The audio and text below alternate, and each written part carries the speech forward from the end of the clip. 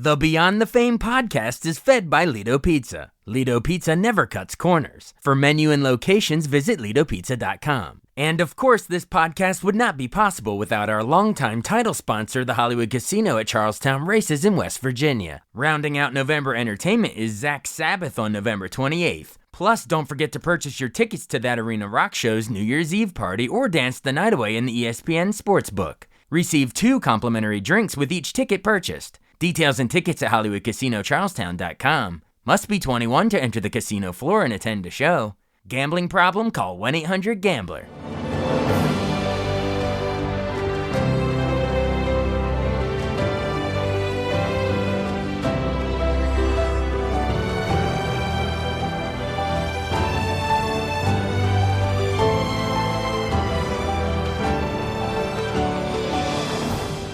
Welcome to the newest episode of Beyond the Fame with Jason Fraley. I'm your host, Jason Fraley, picking the brains of the top filmmakers, musicians, and artists of our time.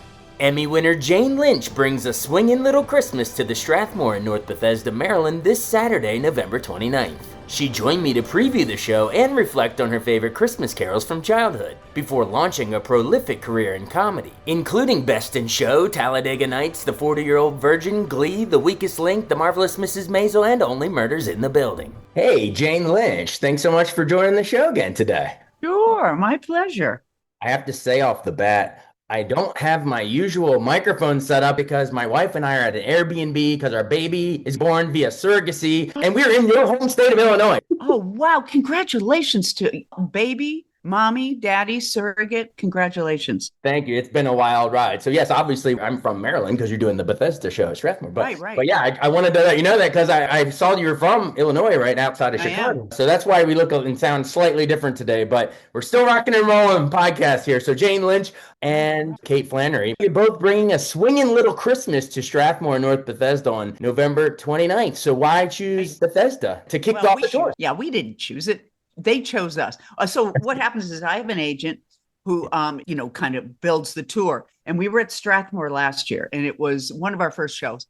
Yeah. And the theater is so gorgeous. Mind-blowing. You don't expect it. Mind-blowing. You don't. Like, we walked in and we're just blown away. Yeah. And we got on the bus to go to our next gig, and we already got a call from Strathmore saying, come back. So we were so thrilled. Everybody was thrilled to hear it because it was a hell of a way to kick off last year's tour. And now we get to do it again. And the crowd, I mean, the folks are just so wonderful. And our show is very toe tapping. It's very fun. It's a great way to kick off the Christmas season, which will be, just right after Thanksgiving when we're there. Yeah, you're there, the day after Black Friday. So everyone will be like zombie from shopping, sleepy, bleary-eyed as they come in. And well, we're going to wake them up. They're not going to leave stupid. They're going to leave smarter, happier, and with their toes tapping for the rest of the season. I love it. Some of us will enter stupid, but we won't leave stupid.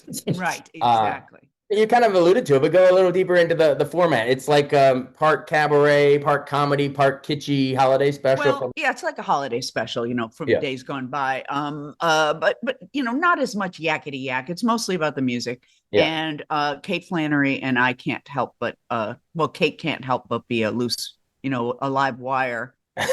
And so my job is to kind of corral her, which never works and is endlessly entertaining. But so we did a Christmas album about 10 years ago. So we're in our 10th year of this tour. Wow. And it's all Christmas songs you know and love, and plus 5 extra that Tony Guerrero, our band leader and composer, wrote himself. And you will swear as you're listening to him going, haven't I heard this before? Because they're so beautiful and so of that era that you think that they were probably written back in the late 50s. Seems like 60s. They've always existed, even if they're... Yeah, exactly. That's how good it is. I love it. So most of the Christmas music we listen to, that you hear on the radio, the stuff that abides, was written and performed by Jews, number one. Yeah. And secondly, was recorded in the late 50s, early 60s. Yeah. I mean, we could probably go even into like the late 40s and 50s, but sure. White Christmas and all the Perry Como stuff, the Bing Crosby, the Andrews Sisters, Rosemary Clooney, of course, Ella Fitzgerald, all those, Nat King Cole, Johnny Mathis, all that stuff that we still listen to, that when you listen to a Christmas radio station, those are the songs they're playing. Thanks for teasing the set list. I was going to ask you, but you gave us a little teaser there. But I'm glad. It's a great point, because that's what I love about the holidays, Christmas music. You turn on the radio or Spotify, Pandora playlist, whatever. But what other time of year can you turn on a single station and hear Bing Crosby or Nat King Cole back to back with Mariah Carey, Kelly Clarkson? Then they'll go into Paul McCartney, Elton John, Stevie Wonder, maybe even a little Run DMC, back to the Ronettes. Like, it's no other time of year do we get that except around the holidays. I love it. I will submit to you that the stuff from the late 50s, early 60s will abide even after. I think the Mariah Carey song will abide, but sometimes they throw in the current ones like Simply Pat, which, I'm sorry, Paul McCartney, I could have written that. A wonderful Christmas time. Yeah, it's very simple. Yeah, it's very simple. It's very simple, and it's not exactly an. Here I am telling Paul McCartney. You are bashing a Beatle. Yeah, exactly. How dare I? And I'm a huge Beatle file. In fact, when I was growing up, you always had a favorite. Are you John or are you Paul? And I'm Paul, because I recognize his talent. Yeah, of course. I'm a Paul girl. Yeah. But anyway, I would submit that stuff, the late 50s, early 60s, says Christmas, and that's what our music is. Tony Guerrero is a real throwback, and our music sounds just you will swear there's a big band on stage. That's how good this quintet is. So it's going to be wonderful. I am with you entirely. The Perry Como, Bing Crosby, Johnny Mathis, those songs will be around for Ella Fitzgerald. Those will be played at the holidays for forever and ever and ever. Forever and ever. It's timeless. And the Jane Lynch stuff. Actually, you hear Galileo on Christmas radio all the time. So there you go. Anyway, that's kind of an interesting segue. So was Christmas a big deal for you growing up in, what was it, Dalton, Illinois, just outside of Chicago? What was your favorite we did it up. We listened to the same music over and over again. There were these albums that came out every year from the Firestone Tire Company. You get it for free. Or if you bought a new set of snow tires, you got it for free, or you just go in there and buy the album for $5.99. And it was always a combination of your Nat King Cole, Bing Crosby. It was a compilation of Christmas music, and then beautiful devotional music like choirs and a cappella choirs, and then choirs with the big organs. So I grew up loving that music as well, and like your Oh Holy Nights and your Oh Come All You, all the great Christmas. I like a choir. So we have those devotionals as well. Right. We have a beautiful Paco Bell Canon / the First Noel. They have the same. Nice. They have the same chord progression, which is a very interesting thing. So when they're together, it's even more powerful. I love it. Who knew it started with the tire company? That's where those songs got all this traction. That's where the rubber meets the road at the holidays. Oh, wow. You're clever. We're just working on my soon-to-be dad jokes. No, that's very dad jokes. Is this your first child? Yeah. You're in great shape in terms of the dad humor. Yeah, my wife had uterine cancer. It was 2.5 years ago. So still parallel tracks of, fighting that. She's good now, but, waiting to be 5 years net or whatever. But that's why, hysterectomy. And then a surrogate who lives in Clinton, Iowa, and just a miracle. Yeah, it's going to be a magical miracle Christmas for you. And I'm so happy for both of you. Thank you very much. We mentioned you grew up loving the holidays just outside of Chicago, Illinois. And I guess you started your comedy career, Second City Hughes in Chicago. But I guess your first big movie role was Harrison Ford in The Fugitive was filming in Chicago. And you're like the last tech. What was it like working with Harrison in such an early role? Great. Yeah. He was wonderful. And in those days, and I think he still is, he's kind of a cranky guy. Yeah. He doesn't suffer the fool. Still good on shrinking. Yeah, exactly. Yeah. And but he was very kind to me, and he really helped me out. Yeah. I had been in small parts in movies, but this was the first time I was playing like a human being with a backstory, and he was just wonderful. He would whisper things to me like, "Close your mouth, and I don't care how smart you are. That makes you look stupid." And he went, "Great, that is great." I love it. Great early role. But of course, we mostly know your comedies. I guess Christopher Guest Best in Show was 2000. Jennifer Coolidge is your trophy wife in that one, right? Indeed. Yes, indeed. Yeah. She really I still laughed when Catherine O'Hara and Eugene Levy, before Schitt's Creek, in Best in Show, was the scene where he goes, "I have 2 left feet," and we pan down, he actually has 2 left feet. God, that movie's so good. Yeah. And then you follow as Ricky Bobby's mom in Talladega Nights. You know, 8 pound, 6 ounce newborn infant Jesus. We're going into holidays. So baby Jesus. Right. 40-year-old virgin, Steve Carell's boss, Judd Apatow, and even role models. You can't bullshit a bullshit. I just threw a bunch of early 2000s roles for you, but for each of those roles, do you have a scene that still gets you? How about Best in Show? Best in Show. When we're talking about our family life, how we grew up, I talk about how my mom committed suicide in 1981, and she talks about how she and her 95-year-old husband both love snow peas. Still get you. All right, that's one comedy pack scene. How about Will Ferrell, Ricky Bobby, Talladega Nights?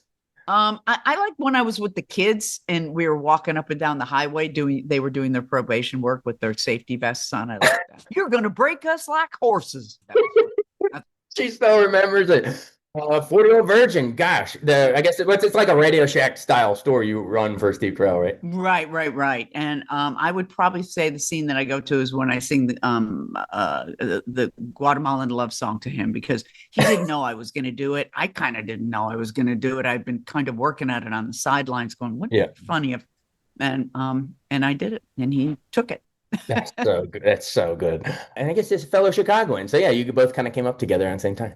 All right, what else did I say? Oh, role models. Oh yeah, you know what? I always remember, because it wasn't my idea. It was David Wayne's idea, where he told me to take that hot dog and do this with it. You remember? I don't know. It's at the very end, and it became kind of my my signature. And he told me to do it. Well, he suggested I do it, and I thought, there you go. Funny how you can just still do that on stage. Maybe you never know. Yeah. Oh, it's not going to happen. That's not going to happen in the holiday show. She's done it in other venues. Different things, but no, holiday show is sparkling clean. Family friendly. Family entertainment. Well, we have to mention your Emmy win for Glee in 2010. I guess you were nominated several times, but you won in 2010. But why was Sue Sylvester, the cheerleading coach, I guess eventual principal, all that stuff, why was she so fun to play? I always viewed it as sort of our generation's like Rida High. You know, remember that if you can't be an athlete, be an athletic supporter from the set. Athletic supporter. But, yeah. You know what? It's interesting. What's her name?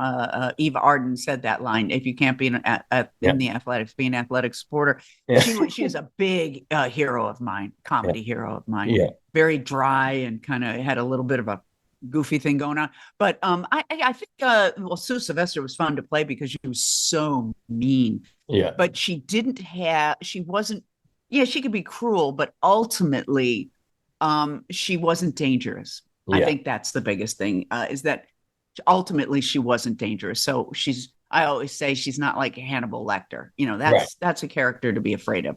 This is, she's over the top. She goes out of her way to craft horrible schemes. And she's so extreme that you can only laugh.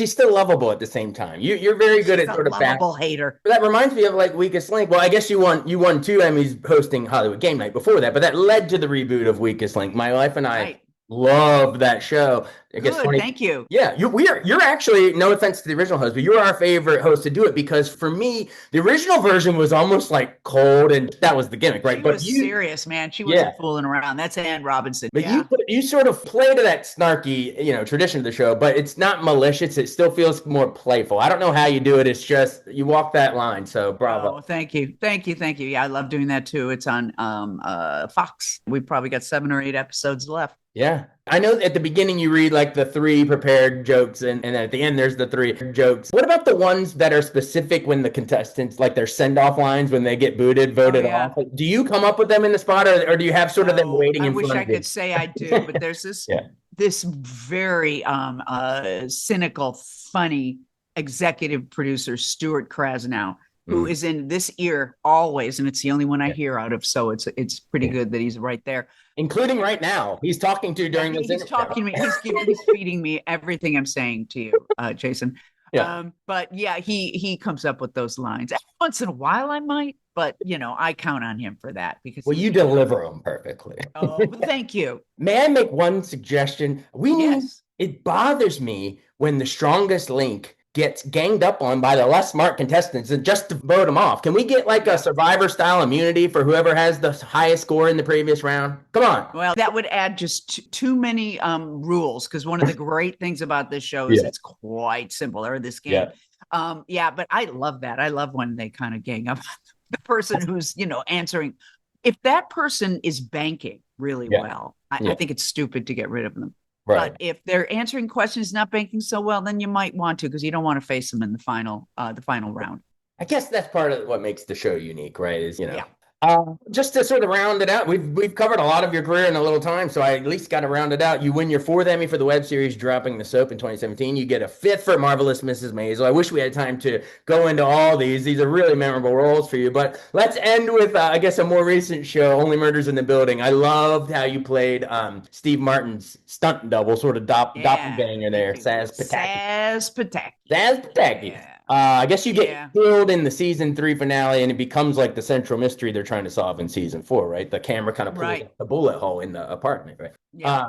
Just speak to the magic of Steve Martin and Martin Short. Just at that stage in their career, they're still reinventing themselves, along with Selena Gomez, of course, the younger end of it. Yeah. But just how do they keep reinventing themselves? Like a whole new generation probably knows them just for that show. Yeah. Well, I think the key is that they're not really reinventing anything. They're kind of just putting forward what it is they do well. Right. And we love it.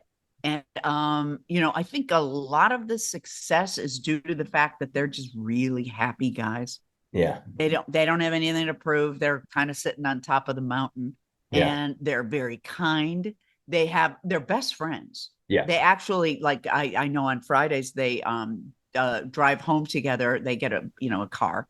And they have a little drink in the back seat there, and toast each other. And I'll probably get them arrested for saying that. After they drive, right? Yeah, right. Exactly. They're not driving. They're yeah. But they really, really enjoy each other, and you can see that. And it's really one of the most chill, funny, welcoming sets. It's really, really nice. It's been a joy. That's so good to hear. I was literally crying laughing when he was doing, what is it?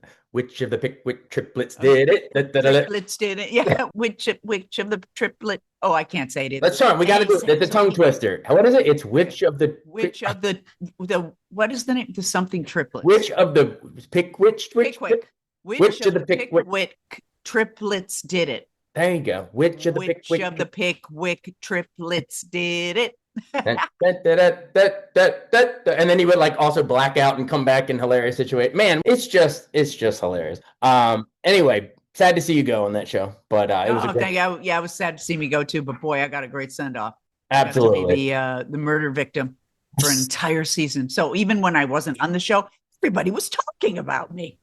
Absolutely. And if you are mourning Saz Pataki, you get to see Jane Lynch still at Strathmore in North Bethesda for a swinging little Christmas. Right. Yeah, and I think it's November 29th. Yeah, I think it's November 29th. I think we fly out the 28th, and then I think it's the 29th. It's our very first show. And I think last year it might have been our first show last year too. It was either the first or the second, but thank you, Strathmore. Your theater is gorgeous. Everybody is so excited to be coming back. And so let's see if we can't sell every seat to thank them back. Exactly. Thanksgiving dinner with family, friends on November 27th. Do your Black Friday shopping or just relaxing on the 28th. And then on the 29th. Come on out. I think it's 7:30 even, which isn't crazy. That's, you get out, you'll be in bed by 10. It's a perfect way to spend the whole Thanksgiving weekend. And that's how you kick off the holidays now. Like Santa comes down the parade route, Macy's, maybe Jimmy Stewart's Wonderful Life that night. And then right after that, you got to see Jane Lynch. It's the only way to start. Thank you. Jane Lynch, Kate Flannery, Tim Davis, and the Tony Guerrero Quintet. Yeah. And of course, which of the Pickwick triplets did it? Triplets did it. That's the question forever. Remind me of what was that? What was it? Would that it were so simple. Would that it were. Yeah. Would that it were. Would that it were so simple. No. Would that it were. Anyway. Would that it were. Would that it were. Hey, thank you so much. We'll be sure to tell our little one. We'll say I was talking to Jane Lynch right before you go. That's wonderful. So I hope you let me know. Maybe I'll see you at Strathmore. Sounds good. Oh, I'm so happy for both of you. Congratulations. And for your little baby. And thank you to the surrogate. Wonderful. Absolutely. We're holding it down here in Illinois. You're representing in Illinois. I love it. We're swapping places. I'm holding it down for Maryland for you. You hold it down for Strathmore for one night only. Hey, Jane Lynch, thank you so much. Appreciate it. Take care. Thanks so much for listening to Beyond the Fame with Jason Fraley. Our theme music is Scott Buckley's Clarion. Remember to give us a 5-star rating if you like what you hear. We'll see you next time.